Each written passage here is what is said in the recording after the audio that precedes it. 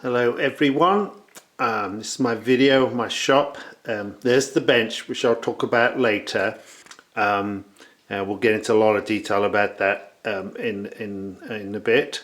I just want to show you a little brief walk around the shop. On the wall here I've got a bunch of hand tools, and above there my little bookcase, and then swinging around got more hand tools up there. Got my saw rack there, and then my plane rack, so all my planes are there ready to use. I've got a bunch of storage down there, miscellaneous items for the most part. I'm going to swing around real quick, and got some more hand tools on the wall there, and then this is my sharpening station. So I've got the workshop there and my little Tormek. Then I've got all my sharpening stones and accessories down there ready to use. I swing around here. I've got a little jet bandsaw that I've got to recondition and get working at some point. I've got my finishers cabinet, some storage. You've seen these type of shelves before, and then with the sliding door, which is pretty nice. But in that's chestnut there. And then I have my jet mortiser, which is pretty similar to the Powermatic.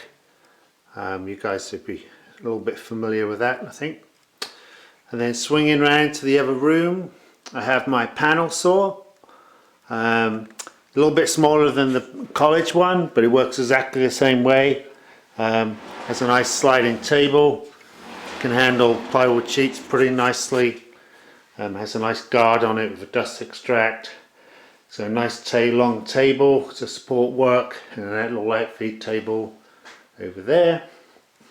And then underneath, build a little cabinet for blades and tooling and stuff there.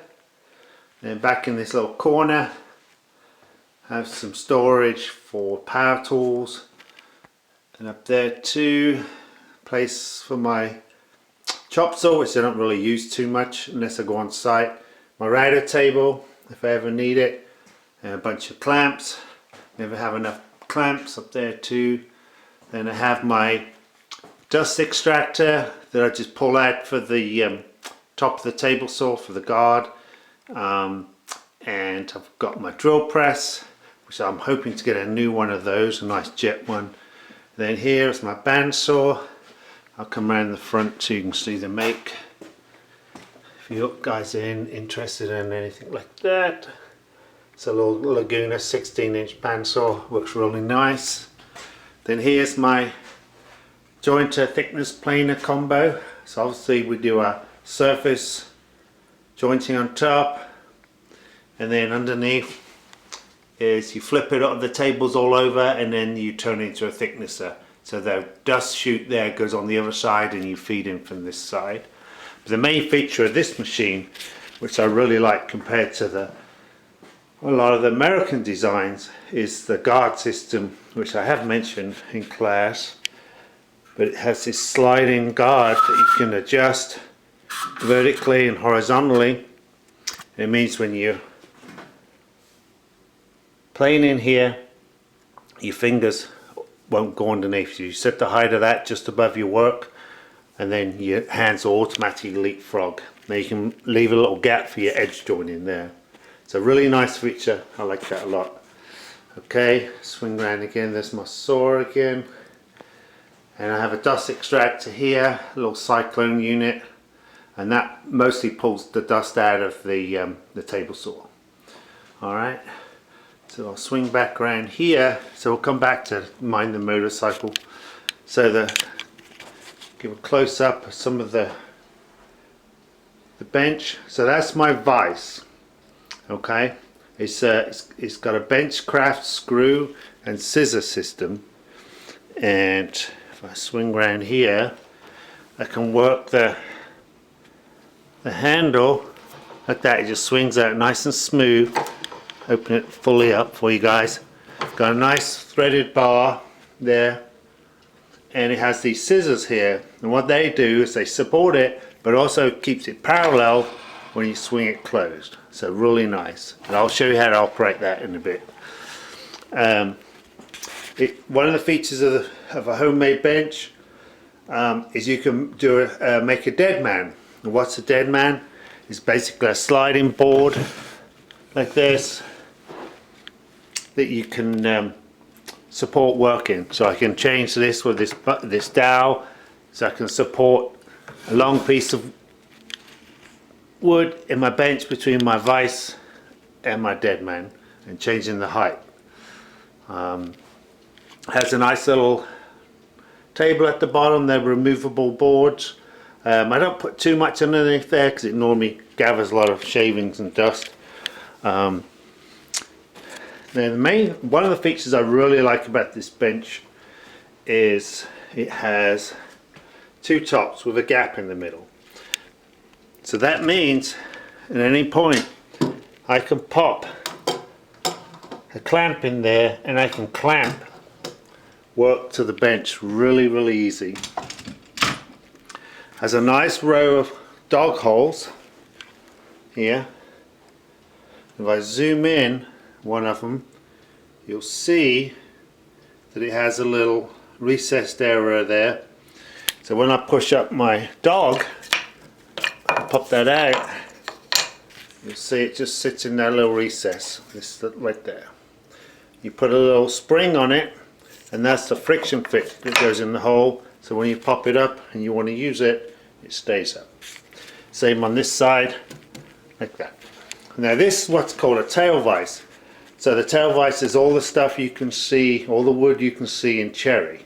Okay, and it operates the handle back here, and it moves in and out along the length of the bench.